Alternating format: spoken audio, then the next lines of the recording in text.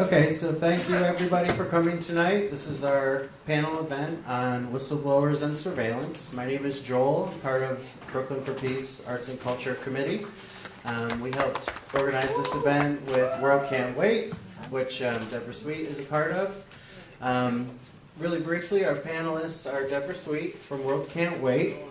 We have Carl Dix from the Stop Mass Incarceration Network, and Faiza Enali from the Arab American Association of New York. And I was going to let everybody introduce themselves. So, thank you. World Can't Wait, as maybe many of you know, was formed in 2005 to drive out the Bush regime. And we were not successful at doing that. The Bush regime was replaced in an election that widely bamboozled people into thinking things were going to be much better. But World Can't Wait after 2009 has continued, and the mission of World Can't Wait is stop the crimes of your government. And we start with war, torture, and surveillance is really something that we're very concerned with, especially in terms of its implications for being able to stop the other crimes of the government. That being the point.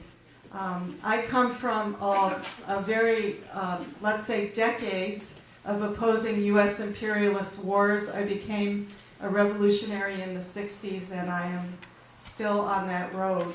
Very much revolution, nothing less. And yet, and at the same time, I'm really glad to be uniting with a lot of other people, including Christians, lots of social workers, lots of people in World Can't Wait who really want to make the system work, and we have a lot of vigorous debate over whether the system can ever actually work or what it is that we need. Maybe we can get into some of that tonight, but I'm glad to be here to talk about whistleblowers, surveillance, Snowden, and us. What are the implications? Thanks.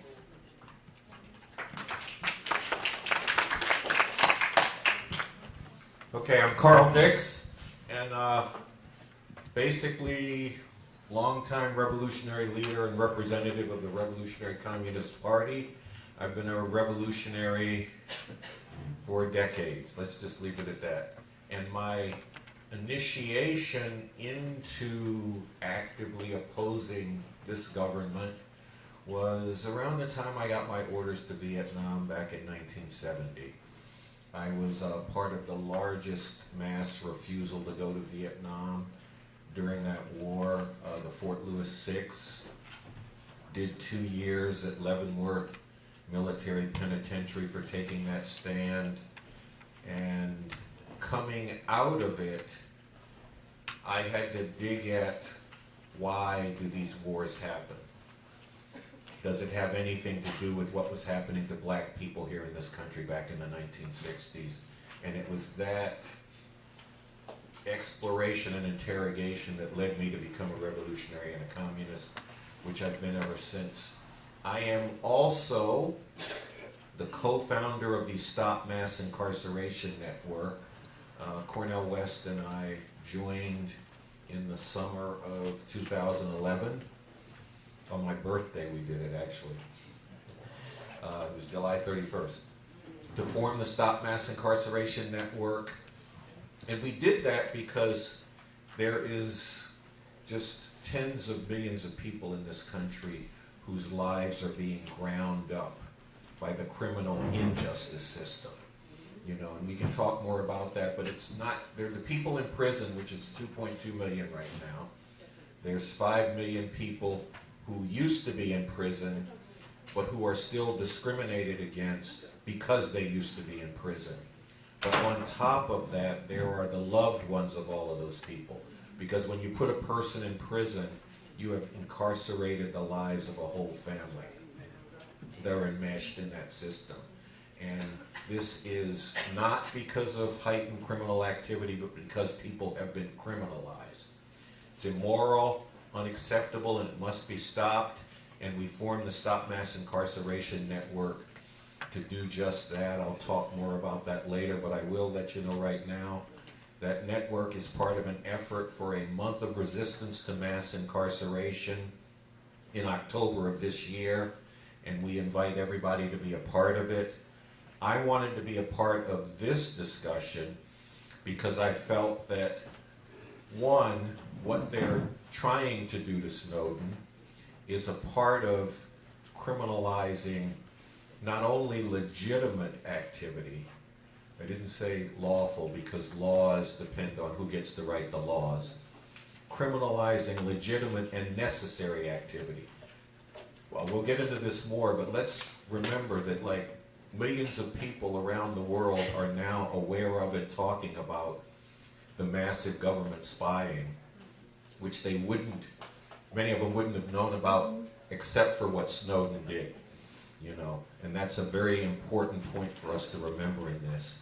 So I wanted to speak on that, but I also wanted to bring it together with the whole way the state apparatus in this country functions to suppress people here and around the world. So let me stop there and pass on to.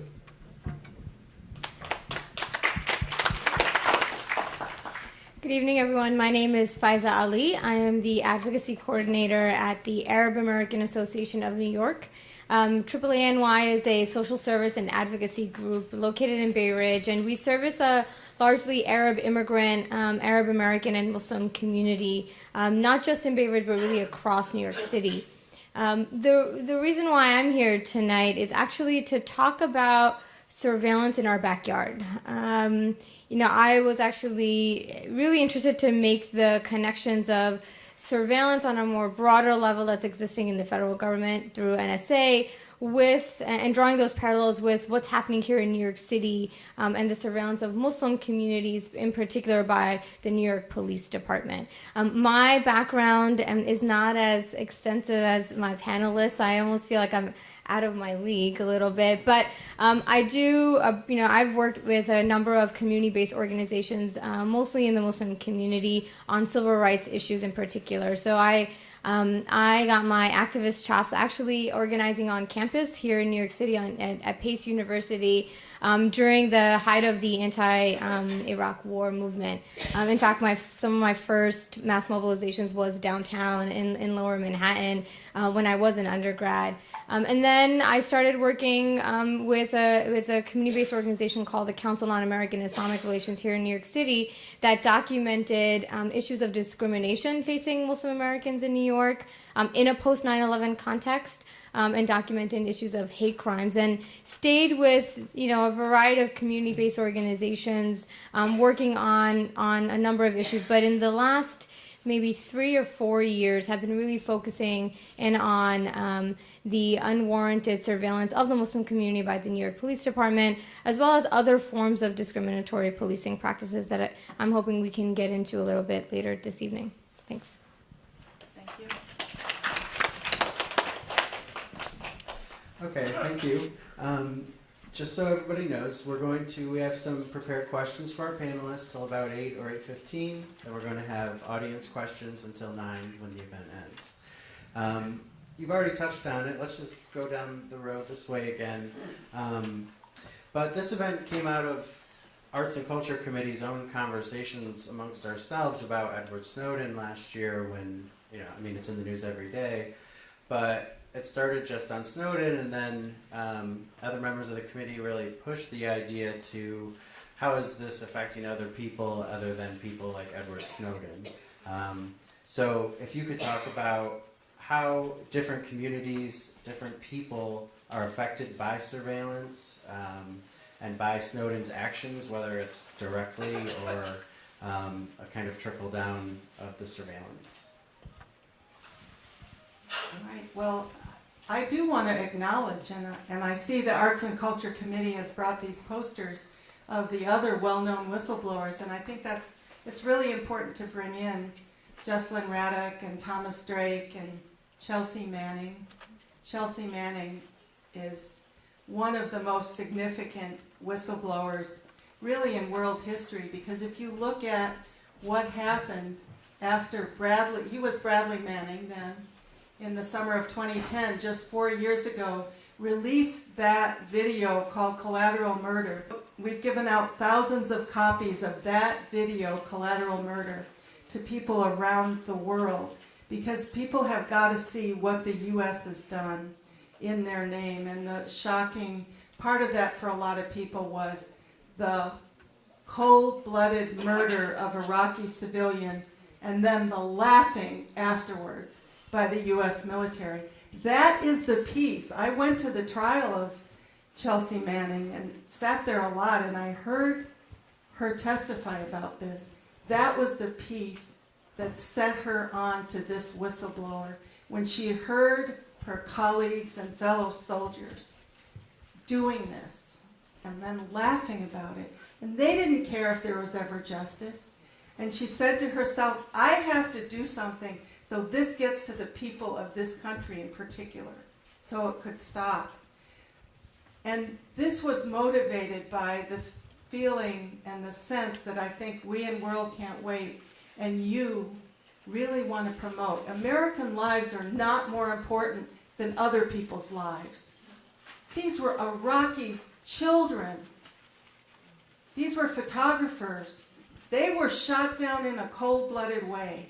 And for someone to knowingly risk their life and their whole future to expose this to the world is something I don't think we can ever really fully appreciate the gravity and importance of. But Chelsea is still fighting. Her case is being appealed, and it's really important that people keep following this and stay on that. Why? Because the truth really matters, even if it comes out after the fact. This is the role of whistleblowers in the society.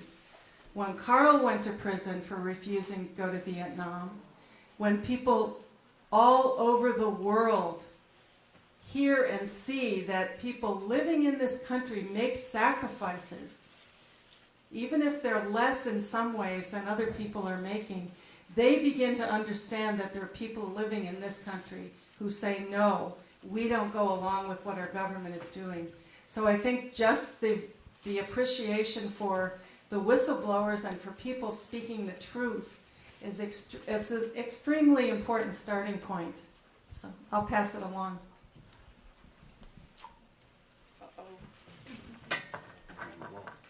Okay, on this point of surveillance, I think we have to understand that there's been surveillance since before there was America. I mean, we could go back to the days of slavery. Massa always wanted to know what were the folks out in the fields planning, what were the people enslaved in the house planning. And the reason Massa wanted to know that is because if you are on top of that, you can control their activity and keep them from resisting the injustices you're doing to them. And that carries right up to today with this massive government spying, because this is a system that's carrying this out. The NSA is part of the government or state apparatus that is spying on people all around the world, because the U.S. global imperialist system has potential enemies all around the world. The people who are working in near slave conditions in sweatshops in Bangladesh or oil fields in Saudi Arabia. They're worried about what these people might do. So they want to be on top of that. They want to know about who they're talking to, what they're saying to people, who they're phoning, who they're emailing, all of that. They even want to know what other governments are doing, including some that are right now allied with them, because they know that just like them, these guys are cutthroat exploiters who would do to them what they want, just that the U.S. is bigger and more powerful right now. So that's what this whole spying thing is about. And it is driven not by trying to keep people safe, but trying to keep a system in effect and to keep the exploitation and oppression that system brings down in effect. I'll speak more about different interconnections, but I wanted to open that up right now. I want to share a little bit about, like I said, the scope of the New York Police Department surveillance of Muslims here at home, here in New York City, and many actually up and down Atlantic Avenue, but also talk a little bit about the impact of it. So for over a decade, the New York Police Department's intelligence division has been conducting unwarranted, wholesale, widespread surveillance of Muslims and anything that appears to be Muslim. And we, the organizing in the activist community understood that after 9/11 there were going to be significant changes to the way the local law enforcement actually interacts with the Muslim community, right? We anticipated that the community was going to be scrutinized and treated as suspect. But it wasn't until August of 2011 when the Associated Press started releasing leaked documents coming from within the NYPD department that we got a sense of how in-depth the surveillance program in fact was. I'll never forget where I was the night before this happened. And I share this story with you because, it's important just because of really like where the community was at in terms of our own engagement and level of engagement with local communities. The night before, I was with a number of community members and leaders at Gracie Mansion. We were at a fast breaking, at an iftar with the mayor and a number of other city officials, many of them who are Muslim, celebrating the month of Ramadan. And we were also, it was also during the time where the mayor had come out and spoken against a lot of the anti-Muslim rhetoric around the Park 51 Center in Lower Manhattan. So it was one of those moments that we were actually in line with what the mayor at the time was saying, right? One of those rare moments. I was sitting at a table with a number of community leaders, but one representative who worked with the police commissioner. And before it was the sunset, before I could even break my fast, he leans in and he said, "It's people like you that make our work really difficult." And so, I'm thirsty. I've been fasting all day. And I'm hot also because it was warm. It was in the summer. It was August. And I'm thinking to myself, do I want to engage this man now or not? And there were still 10 minutes left to the sunset. And I thought, you know what? Why not? So I asked him, what do you mean by this? And he said, well, here I am trying to go into the mosque with the police to engage the community. But you advocates and organizers are telling the community you're scaring them and telling them that we're sending in informants, that we're sending in agent provocateurs, that we're listening to what they're saying when in fact that is not true. And of course I said, well, I'm an organizer. I've heard stories of people who actually beg to differ. And we engaged in a little conversation, and I don't know if it was an intervention by God that it was time to open our fast, and I ate and I kind of just let it be. But it definitely set a tone for the rest of the evening and the conversations took place. The next morning, it was 6:30, maybe 6:45. I started getting alerts on my phone. I don't know about anyone else, but I sleep with it right next to me. So I started getting quite a number of phone calls and text messages, and I thought, what could possibly, happen? What could have happened, actually? And it was a colleague of mine who said, get up, you need to read the Associated Press article I just sent you. And I did. And it was really the first time that all the suspicions, really the worst fears I think that Muslim communities had in New York City, they were confirmed with just one leaked document. And that document talked about how the New York Police Department had developed something called a demographics unit. And they later changed the name, which is a tactic that government uses all the time to rename policies, right? They changed the name to a zone assessment unit. But essentially the demographics unit was this body within the intelligence division at the New York Police Department who identified 29 ancestries of interest. 28 of them came from Muslim majority countries. My family's from Pakistan, so we were on that list. I work in the Arab community, mostly Palestinian. Palestine was on the list. And then the 29th category was Black American Muslim.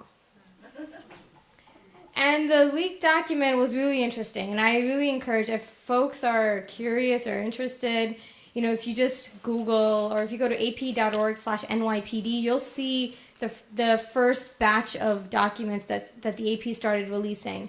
That again showed really a window into what we knew existed, but again, the extent of which this program existed, we did not know. I want to take just 2 more minutes, if that's okay, to talk a little bit about some of the other surveillance tools. And I stress this now because I understand that the conversation is a little bit more broader. But I'm a Brooklyn girl. I'm born and raised in this borough, and I'm also a student, forever a student of the civil rights movement. So I understand that communities throughout history in this country have been targeted. But it's something different for some reason, and I can't explain it, when these issues become really personal. And I say personal because, there were a number of documents that that the AP kept on releasing.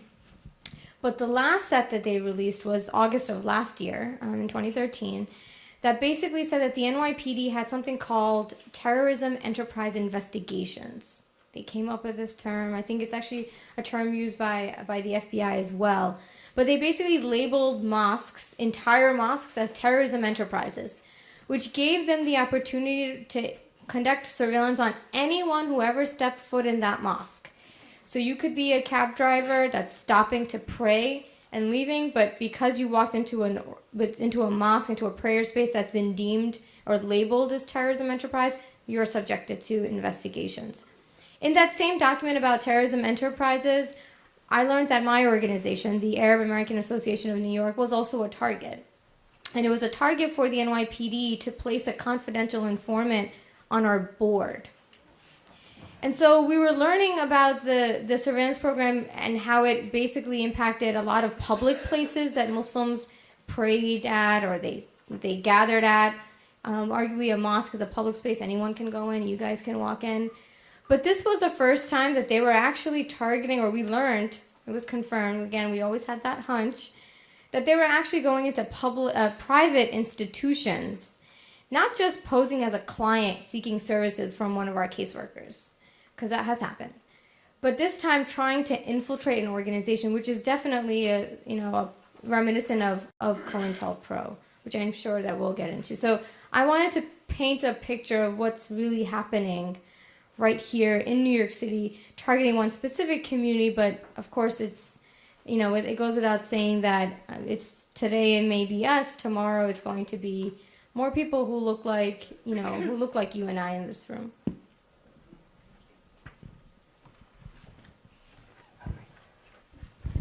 Okay, thank you. Bringing up COINTELPRO also brings up how different communities are surveilled and are affected by it. Faiza was just telling us how personally she felt when confronting these things. Can you talk about that, Deborah and Carl, as well?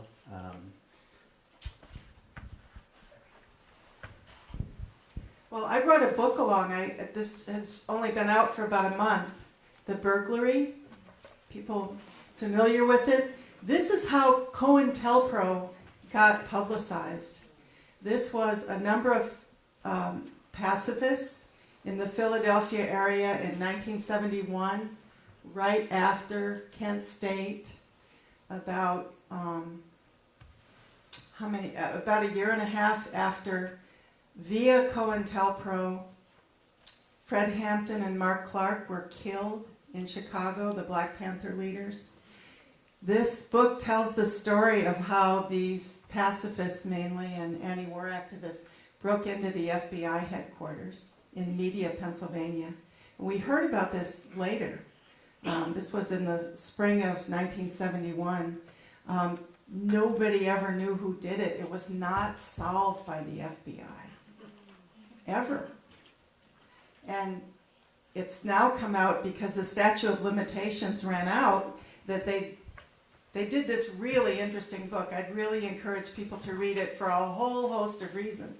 But it does broaden out our understanding. To me, when I hear COINTELPRO, having lived through the time and actually walking through the apartment where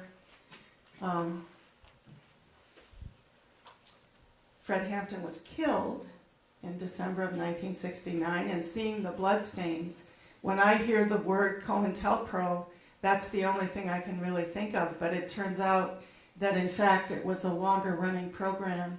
And if we're talking about communities that have been targeted, we need to talk about political activists, people who have been targeted for way back, you know, slaves playing the drums, but all through the history of this country, there has been a state apparatus that has gone after political activists, and COINTELPRO was officially ended in mid-1975 with a lot of protest. People in this room, I'm sure, were involved in that. But we have no basis to assume that programs like that are not in place now.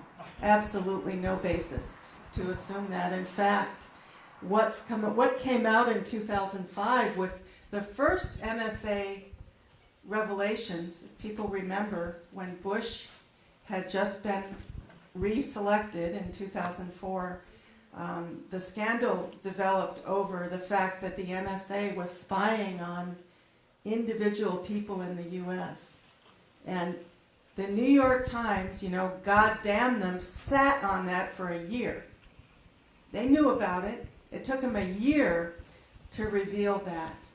And that administration actually sailed through. There were people like Barack Obama and some other Democrats that fussed about this NSA surveillance, and they said, well, that's never going to happen when we're in power. Well, guess what?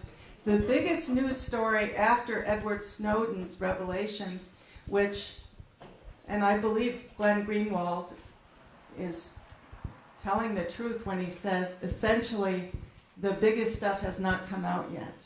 He said last week, we still have a lot to reveal, and in fact, we're working on it very systematically, and most of it hasn't been revealed, the stuff that's really going to shock you.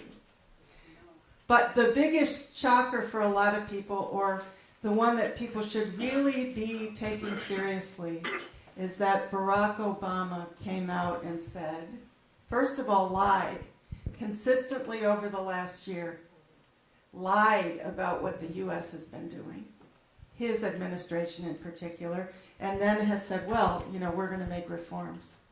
We're going to clean this up. You know, need I say, don't believe the hype.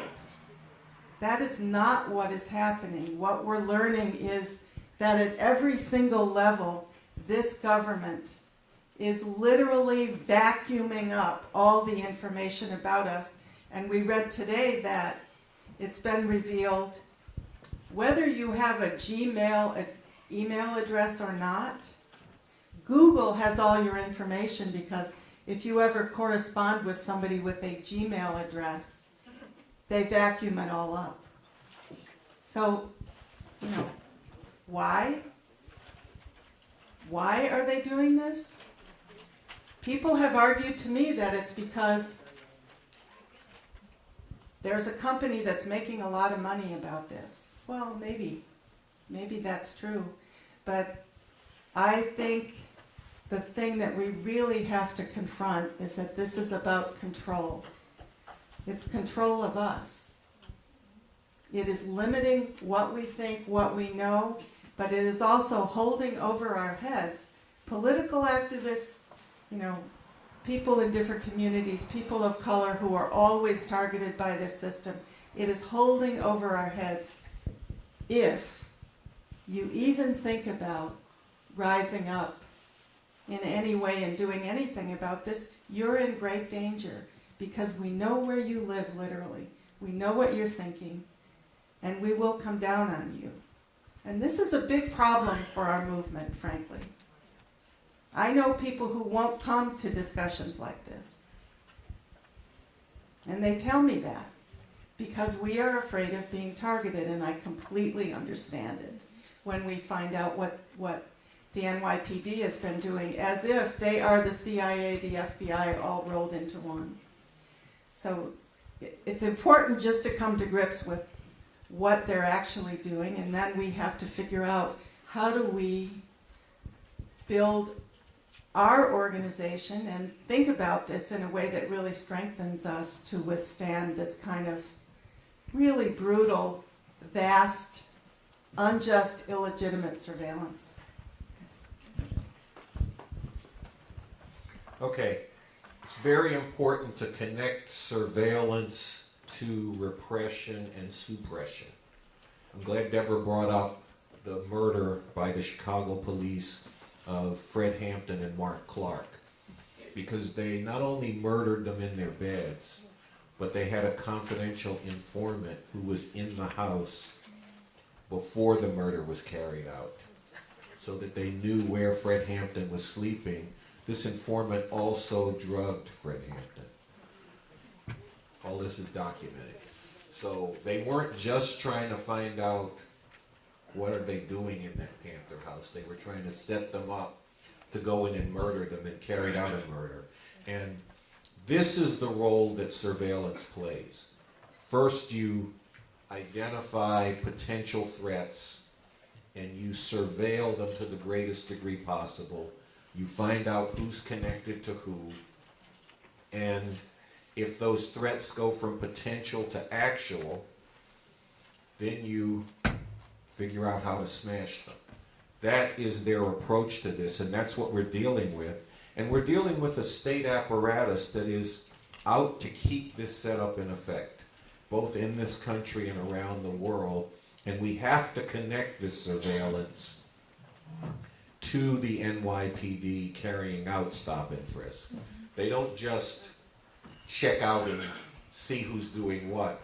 Frankly, they were putting informants in those mosques and other places in order to attract people who might be angry about what the U.S. is doing. And there were cases where people got sent to jail where the basis for that case was that they responded to an agent of the government, and in this case the government agency was the NYPD, who was floating, let's do something, and trying to collect people who might want to do that and then set them up to go to jail or worse.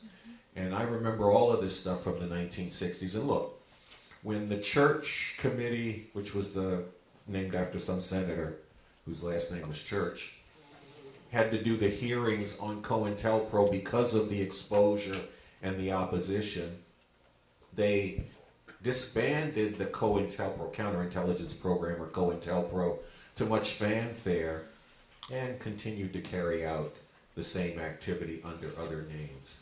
And we also have to be very sensitive to that, because disbanding the unit that carried out the surveillance of Muslims and people suspected maybe to be Muslim and whatever here in New York, disbanding that unit doesn't mean that this is stopped. And I'll get into this some more, but we also cannot take an approach, two things we cannot take an approach on. One, we can't take an approach that because they do so much surveillance, we can't do anything.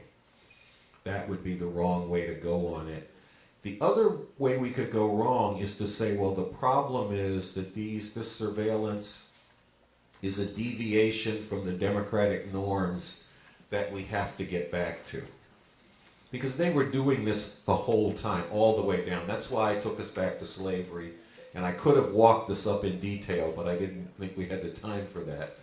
So it's not a question of getting back to when they didn't used to do this, because the only difference is they have greater technology now. I mean, Massa on the plantation didn't have the capability they have.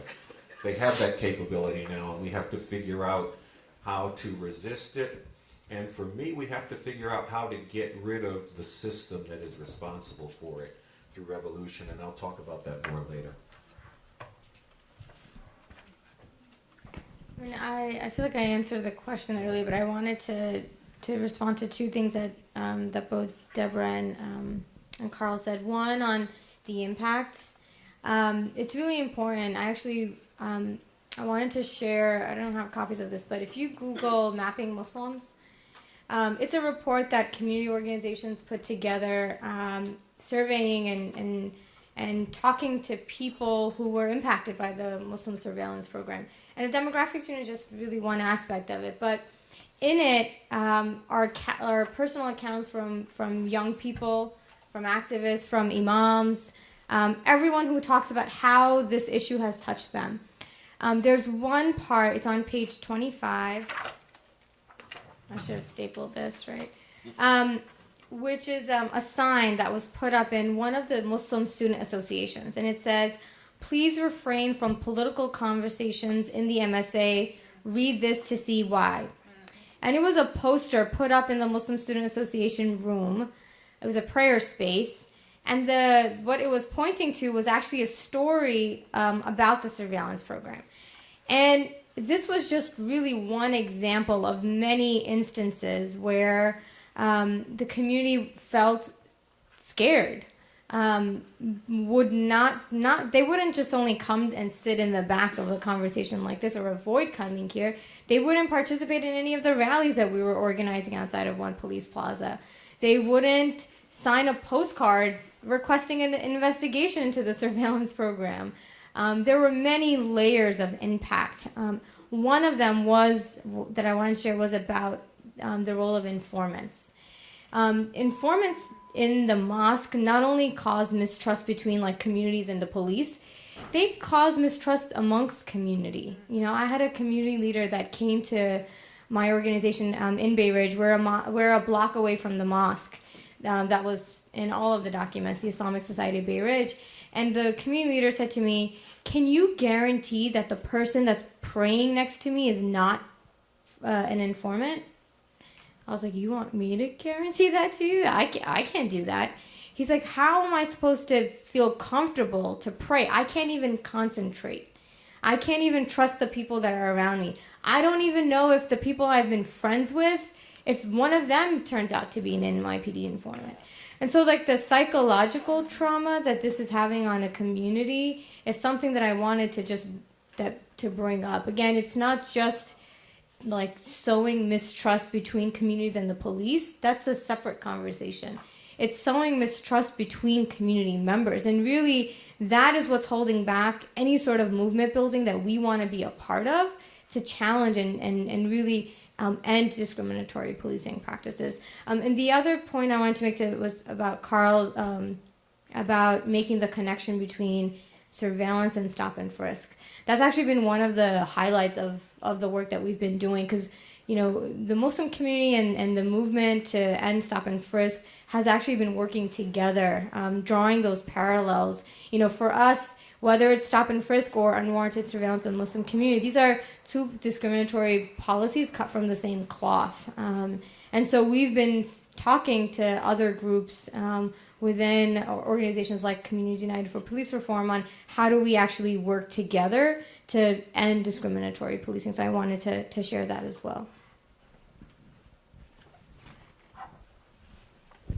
Okay, thank you. Bringing that up, and Carl, you brought up when people learn the scope of surveillance, they feel like nothing can be done about it. So maybe we can talk about that, how you in your organizations and as individuals think that we can fight back. Maybe we can start with Carl this time. Okay. Just let me get right into it. Two things on two levels. One is, this is outrageous, it is immoral, and it must be stopped, but the government is not going to stop it. We should be clear on that. One point of bipartisan unity, and we should note this, there's very few things Democrats and Republicans in Washington, D.C. can get together on. One thing they have almost all been able to get together on is to trash Edward Snowden, Chelsea Manning, to say these people need to be thrown in jail, they're guilty of treason. They also have been able to get together on not prosecuting or even exposing the criminals that Chelsea Manning and Edward Snowden have exposed. Because they aren't just exposing government secrets, they're exposing war crimes and crimes against humanity. Those criminals are walking free, and the people who brought them to light are in jail. We have to meet this with determined mass resistance. We have to take the truth that Chelsea, Edward, and others have presented us and bring that to people and say, this is illegitimate. This cannot be allowed to go on. And everybody who thinks that this is unfair should be a part of that resistance.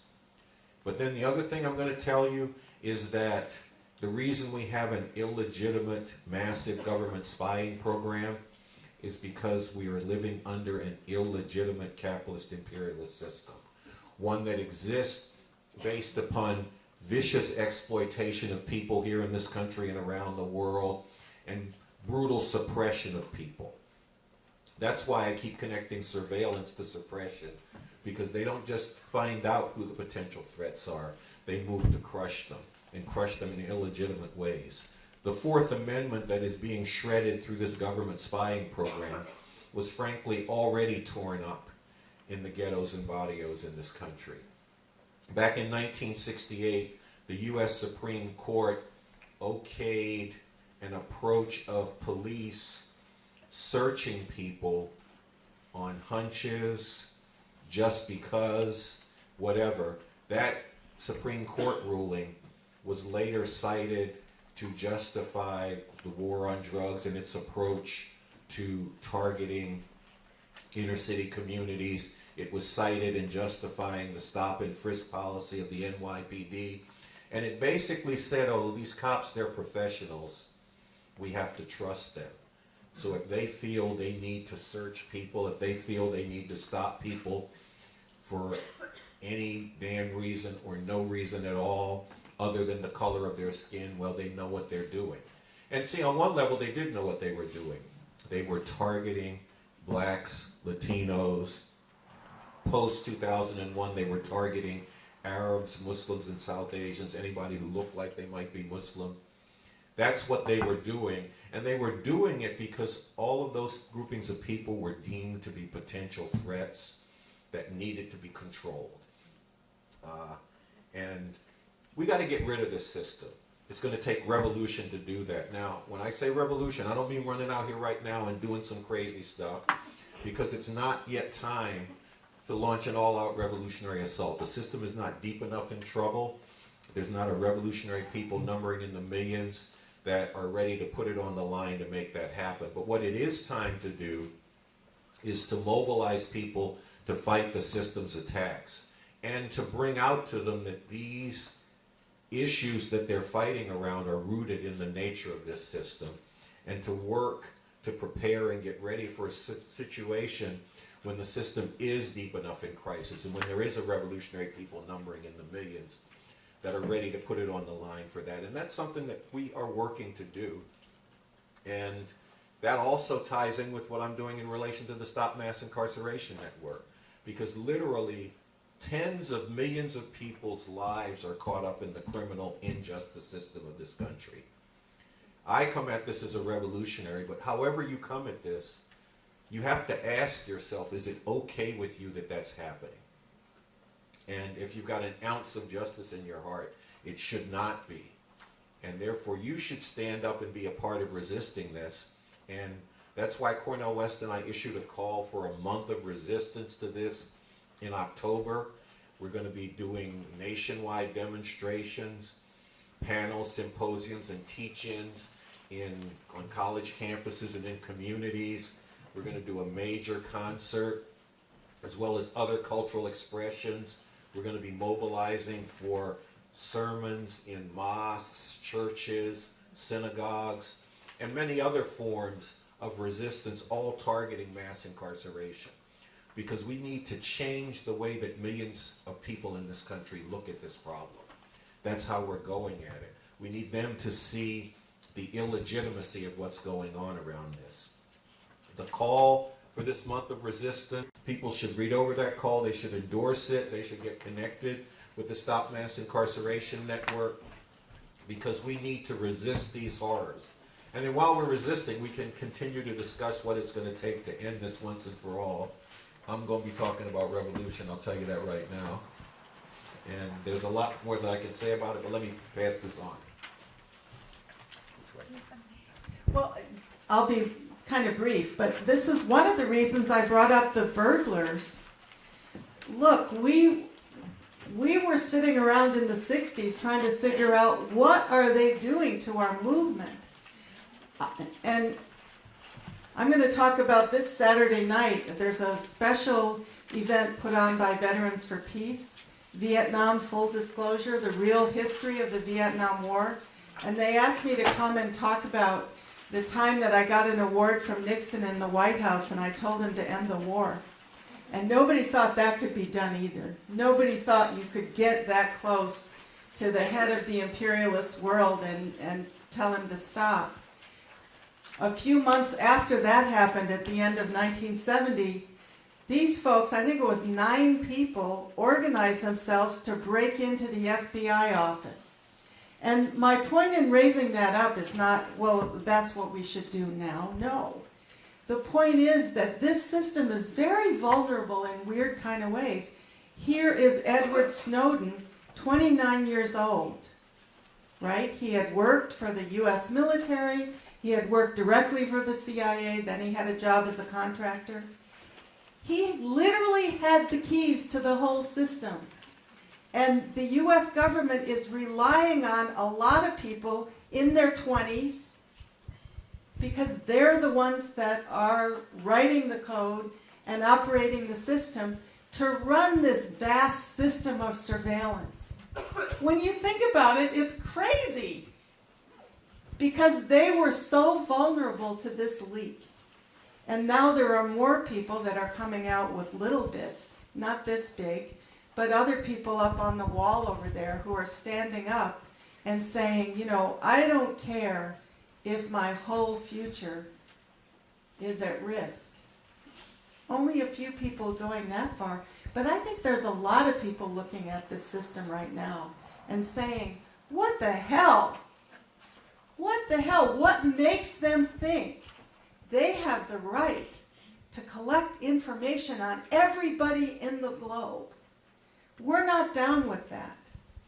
And it's really our responsibility, I think, sitting in this room and all the people that we're working with, to really raise the question of legitimacy. This is not legitimate or just. We have to really be supporting the whistleblowers, but, you know, following on their message. Both Edward Snowden and Chelsea Manning said the same thing.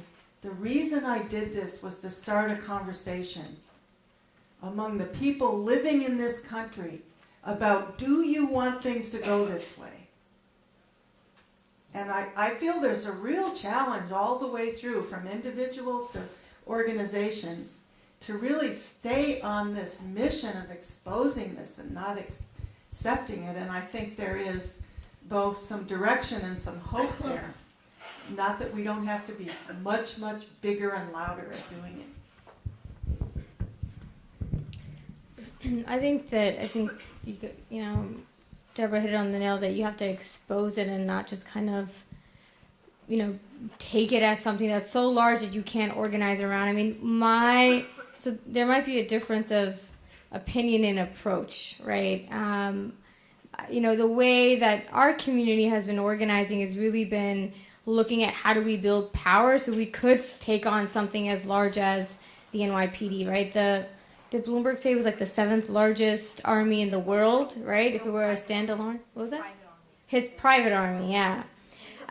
So for our community, when we learned of the surveillance under the NYPD, we looked to simply organizing and how do we build power? Simple things like base building and looking at other communities and how they built power in the civil rights movement and other social movements. So there's been a tremendous amount of focus on internally building not just the resiliency of the Muslim community, but also the organizing capacity of it. And there was also there was a lot of focus within within the system and how do we make it better if we can, right? And one of the things that we looked to really quickly was that there was no entity to actually file a complaint with about the surveillance program. There was no one to actually police the police. Even the CIA, and we all know how, we all feel differently about the CIA and the FBI, even they have an outside independent monitor to see and investigate their policies, right? The New York Police Department in its history never had any sort of entity that resembled oversight or accountability. So the Muslim community that was organizing to end unwarranted surveillance of our community teamed up with the Stop and Frisk movement and actually put together a package of legislation that was passed in the city council earlier this year, vetoed by the mayor, but the veto was overridden by the council that did two things. One, it passed a bill to enforce a ban on racial profiling. And then the second one was, in fact, to have an Office of Inspector General to oversee the New York Police Department. And in theory, and again, we won't know this until the office is completely in place and the IG does an investigation, but in theory, the IG is supposed to be looking into getting more information about the surveillance program. I mean, the leaked documents that I talked a little bit about, that's really the tip of the iceberg. And so we're hoping that through engagement, but also through organizing within the Muslim community, we would get more information in our goal to actually hold law enforcement more accountable to the people that they're supposed to be serving. So we've been talking about surveillance that is illegitimate, and I'm wondering if we can talk about any idea that surveillance could be legitimate, what kind of surveillance is legitimate, and also the idea, whenever there's a leak or a whistleblower, Power will say they're making us vulnerable. So about that idea, about how Power will always use the idea that we're less safe to stop all information from coming out. So maybe we can start with FISA this time. I think that the issue of surveillance, whether it's Snowden or the NYPD, really forces us to think about can we, or is there a balance between security and rights? And I think part of the conversations, and many of them that I've been a part of over the last few years, have really been debating that. And I don't know if we've actually come to any sort of real conclusion.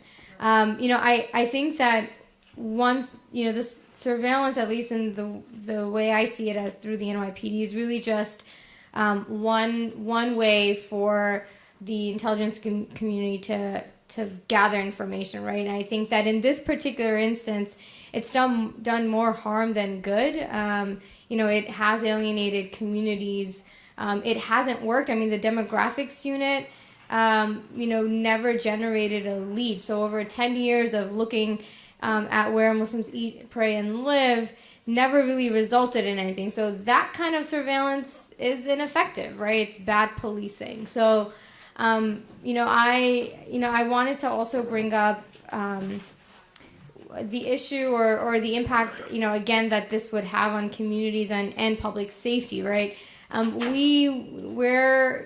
What this surveillance program has done is actually put us at greater risk, right, for a whole host of reasons. But within the community, I mentioned that I work with a social service agency, and there are families that come in with us and who deal with violence in the home, who deal with drug abuse, who are seeking help. And the very entity that they're supposed to call for help if you're a victim of DV is treating you as inherently suspect. How are you supposed to call them?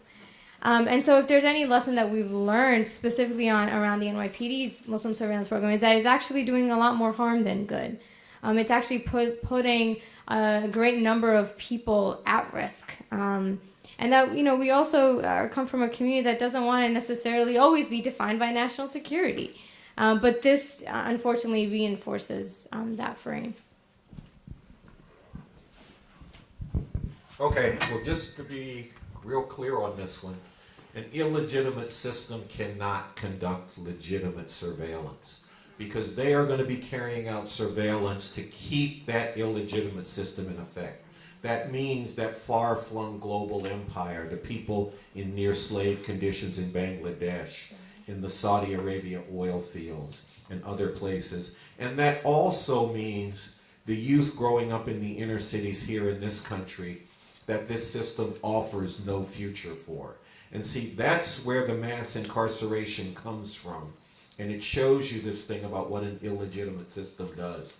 Because the productive manufacturing capacity in this country has been moved around the world in search of workers who could be exploited more viciously than the workers here.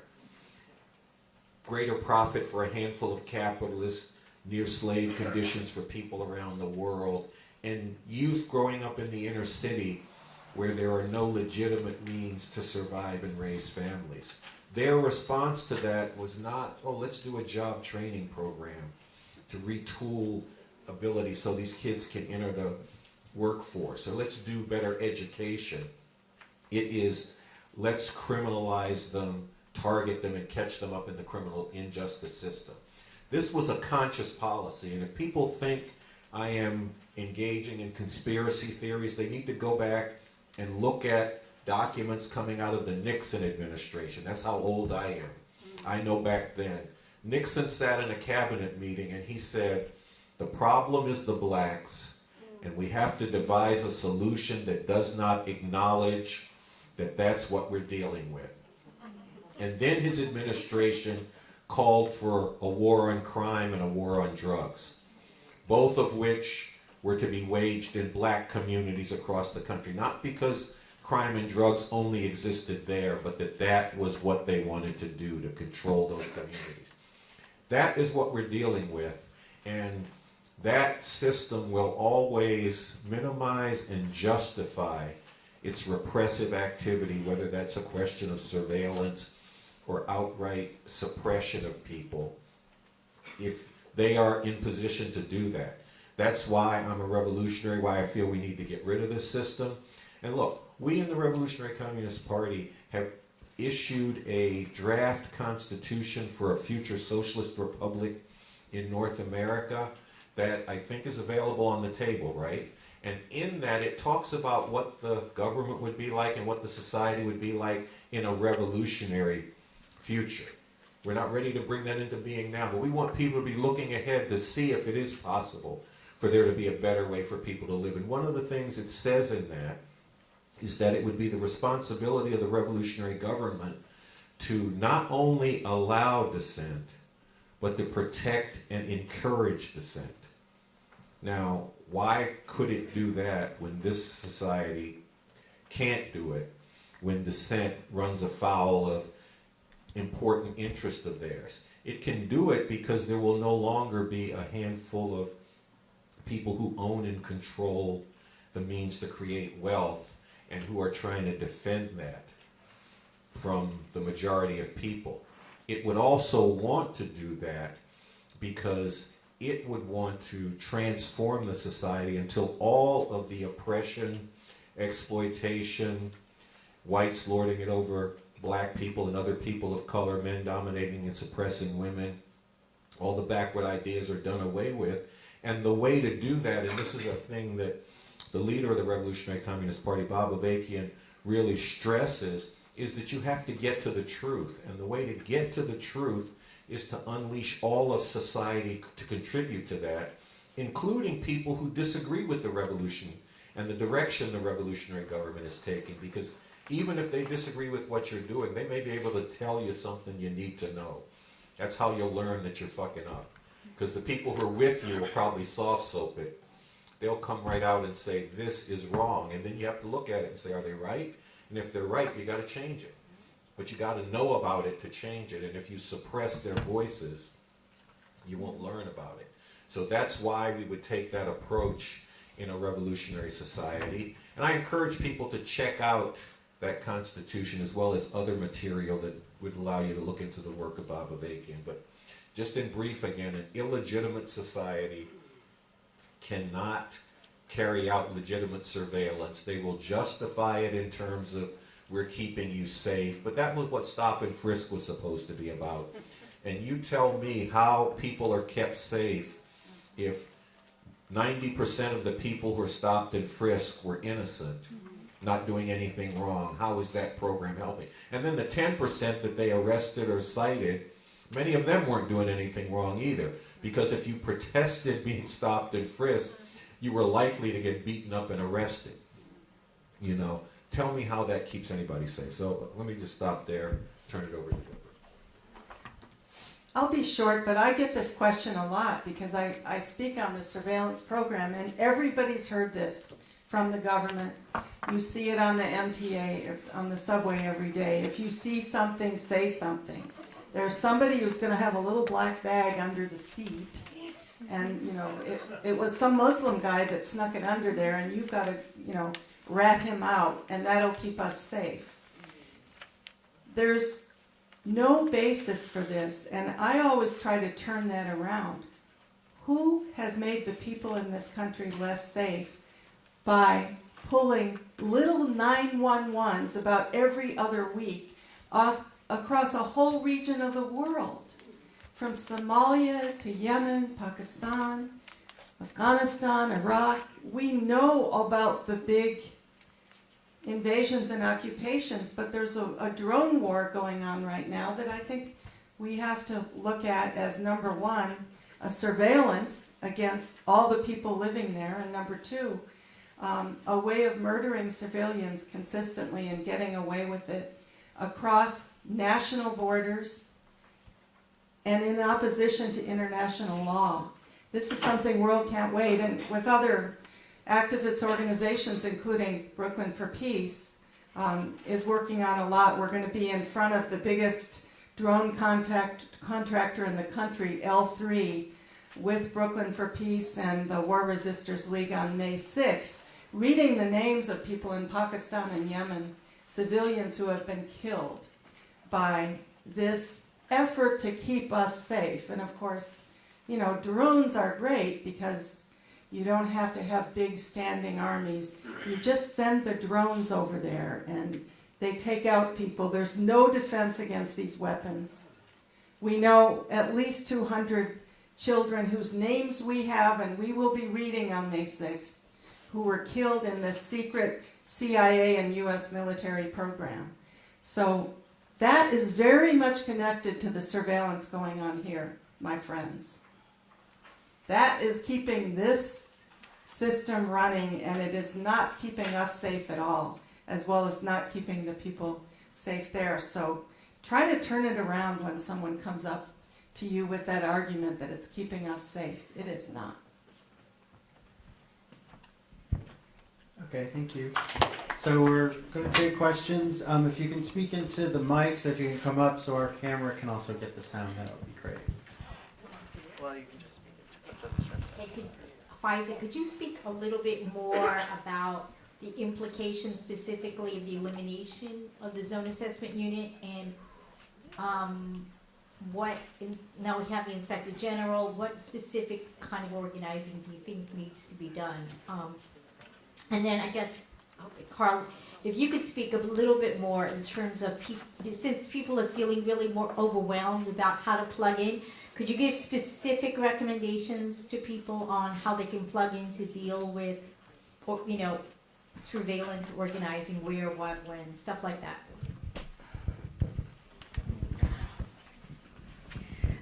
So last week, I believe it was Thursday or Friday, I can't remember, the days are all a big blur to me. We learned that the NYPD was disbanding the demographics unit, which later was called the zone assessment unit. That just means that the name of the program is not in existence. There is no indication that the NYPD's surveillance program on the whole is somehow disbanded. And so, you know, the folks that have been organizing around this are really kind of cautious, where, you know, we are fearful that the surveillance program may take on another name, which has happened in the past. It may take on another form. We're also concerned that the surveillance program is, again, goes beyond the demographics unit. There still are terrorism enterprise investigations. The NYPD is still sending in informants. They're still using, you know, these are covert policies, right, that we're talking about. They're still using actual surveillance cameras stationed outside of mosques to monitor who's coming in and who's coming out. The Gawker last year did a piece. They actually published a photograph of the spy cab. I don't know if folks saw it, but it was a taxi cab, a yellow cab, that had a medallion. It looked really authentic, except on the inside it was like laced with surveillance cameras, and it was being kind of shopped around the city to monitor people. So there are a lot of components to the Muslim surveillance or the surveillance apparatus in general. The demographics unit was just one, and so that we have the understanding that our work to end discriminatory policing is by no means over just because the NYPD disbanded this one unit. And on the IG, everyone actually has a postcard. One of these was designed by a community member. Is really cool. On the back of it, it actually talks about this issue in a little bit depth. And it says that as a New Yorker, I demand an immediate and comprehensive investigation into the surveillance unit, which is what we want to collect. We want to collect this and show the Inspector General that it's not just the Muslim community that has been organizing around this that is demanding an investigation to get a greater understanding of what other policies exist, how effective are they. From what we know, that these programs have never generated a lead. So, as a practical tool, if you complete this and pass it back to me, we intend on taking this to the Inspector General, the Department of Investigations, to demand that New Yorkers want to know what's being done with our taxpayer money. Okay, let me just briefly speak on this point that Faiza was speaking to. Look, before there was the demographics unit, there was something called the Black Desk of the NYPD that surveilled black activism in New York City. And this took the form of having surveillance on a talk radio station to see who came. They were doing their show with a live audience. The police would see who came to the audience.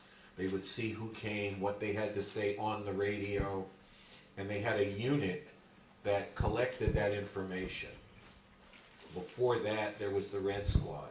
There was also a lot of exposure and an agreement that the NYPD was forced to sign in the 1970s called the Handshoe Agreement, which bound them to cease a lot of spying activity on legal political activism.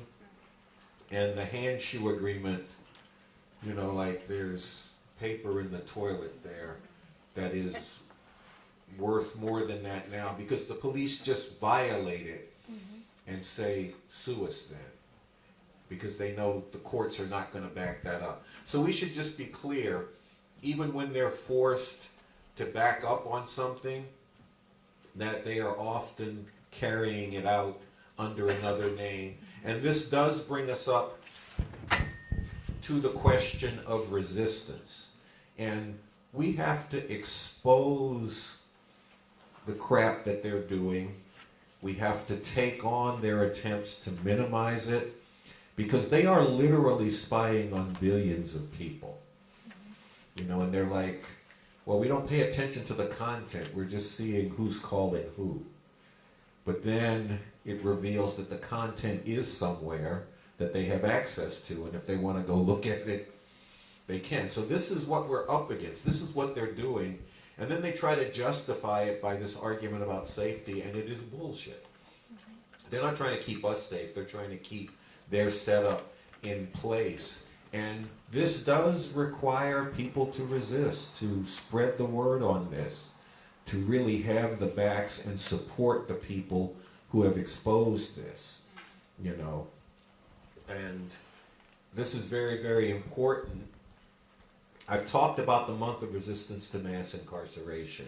And the month is going to be in October, but we're going to be working our way up to October. We're going to be active around that. The people promoting the month are going to be down in Philadelphia celebrating the 60th birthday of Mumia Abu-Jamal, the former Black Panther who was framed up in the 1980s, early 1980s, when a policeman was killed, was on death row. He's off of death row, but he is still in prison. We need to get that brother out. We're going to be working around the case of Marissa Alexander, a black woman in Florida who fired a warning shot at her ex-husband who had battered her on numerous occasions to keep him from beating her again, and who was arrested, convicted. So in other words, you fire a warning shot, then you can go to jail for it. She got 20 years, then her conviction was thrown out. She now faces 60 years, you know. And this is all part of trying to force her to cop a plea. But if you shoot a black youth and you're not black, well, then you can get away with that, because after all, you have the right to stand your ground. All this kind of stuff. So people need to be a part of this month. You should connect in, and there are 2 websites I want to give you. One is to find out what's happening with the month of resistance, and to plug into it, you should go to the website stopmassincarceration.net. That's stopmassincarceration, all one word, no punctuation, .net. And also, for some of the things that I've been talking about revolution and the need for it, how it could be brought about, and looking at things that are developing around the world, you should go to the website revcom.us. That's REVCOM.us. I'm going to let Deborah speak to the specific. You don't want to speak to it? Okay. Let's hear from more people. All right. Now, I got a written question. Do you want to speak this question? Yes. She gave me a written question. In your very organized message, you mentioned that the illegitimate community is surveilling the legitimate community, and that's causing mass incarceration. I mean, that's what I got, because that's what I've been seeing. And that's really the part that we as citizens really need to concentrate on. And then you said, I would take that constitutional route. I would go that constitutional route. Were you referring to any of the amendments, or do you have something else to say about that? Okay. All right, you had me right. This is an illegitimate system, and any surveillance or suppression that it carries out will be illegitimate. But in terms of the Constitution that I was talking about this document, which is a constitution for a future socialist republic in North America. And it speaks to how society could be organized, what the economy would be like, how education would be done, what rights people would have, the point that I made about not just allowing dissent, but actually encouraging it. All of this is spoken to in this document, and that's what I was talking about, as opposed to, I'm not talking about amending the U.S. Constitution, because, look, it was the Constitution of a slave society, and while they had to take the part about slavery out, except as it goes to people in prison, because it still is allowed in prison, the fact that it's an exploiter's document has never been changed. So I don't see people not, the exploiters get their democracy amongst each other through that document. The people who are being exploited and oppressed don't get justice through that.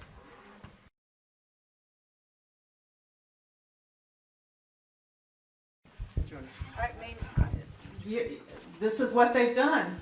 They've gotten the population here used to the idea that drones are good, and then they are using drones for surveillance, and there are police agencies in the U.S. who want to have weaponized drones.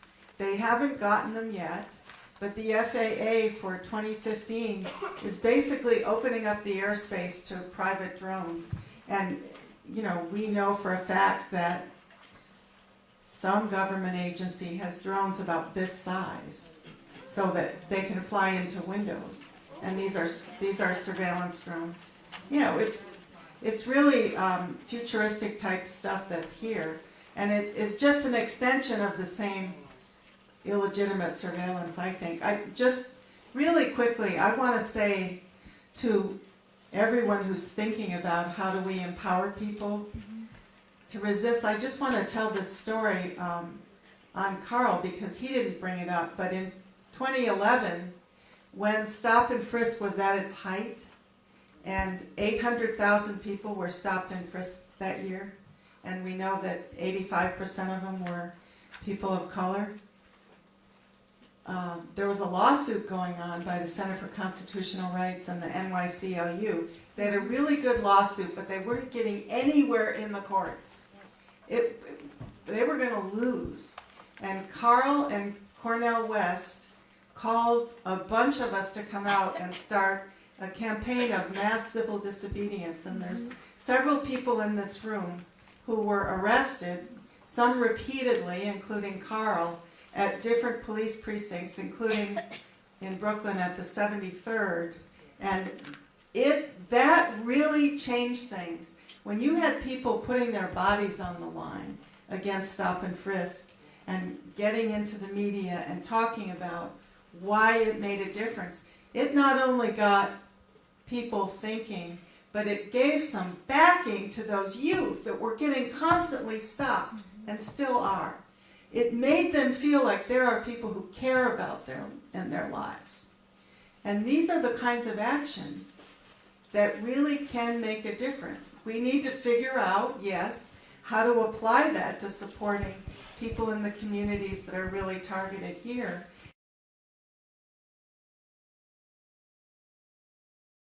I agree that it's something to be cautious about, but I am one of those victims of using Twitter. In fact, I think you guys are tweeting this event, which is how I got in touch with Joel in the first place. So I don't know if I have really an answer to it, except that I think that there are tools that we could take back and that we could try to utilize to organize ourselves, with the understanding that whatever we do is public in nature anyway. I mean, the police is on Twitter, the FBI is on Twitter, they monitor hashtags all the time. We learned something funny the other day that, within different elected officials' offices, they monitor certain people's Twitter feeds as well to see what's going on. So I don't know how much we can avoid it, except that I know I'm definitely part of the problem as well because I utilize it. Look, I just think, number one, we have to stand up for the right of privacy. People do have the right to privacy. We can't concede that just because they own all this and they're doing things illegitimately, they have the right to do it and we should accept it. I think especially if we're talking about our movements, which are undertaking a huge responsibility to try to change things and stop this, we have to take responsibility ourselves to protect people, to be very careful about information and, not gossiping, not spreading things around. There's a lot of things people can do, and some of it's on worldcan'twait.net for promoting a few websites. We think about this very much. How do we have sort of good social hygiene in the political movement so that we're not making people more vulnerable? And every time they come after us with FBI raids, with indictments, we have to defend people.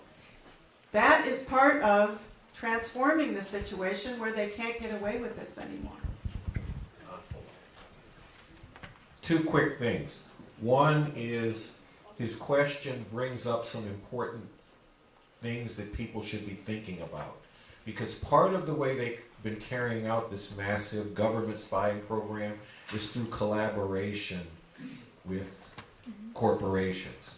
In fact, they store some of the their surveillance data in corporations. I forget exactly which one, but there's a close interconnection there that we need to be aware of.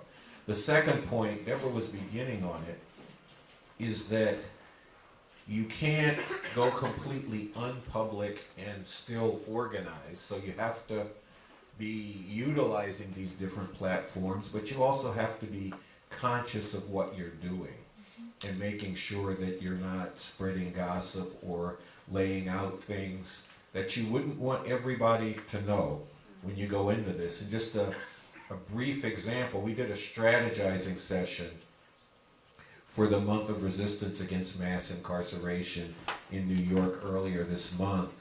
And we got a lot of requests from people. It was a nationwide meeting. We got a lot of requests from people around the country. Could you Skype us into this meeting? And we were like, no, we can't.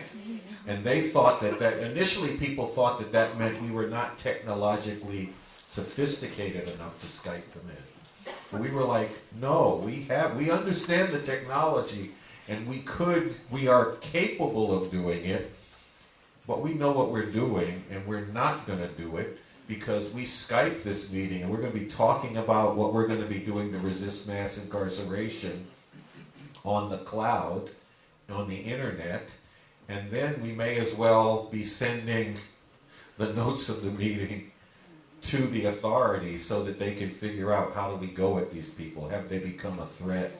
How can we put together conspiracy trials against some of the leaders? Because I remember the 1960s and how they did that stuff, and they do it again. You know, you're talking in a meeting, someone says something, you decide not to do it, but then you end up in court facing the recording of this cut off, so the fact that you weren't going to do it doesn't come into court. Things like that. So it's an important question, one that we need to think about and figure out how to act on.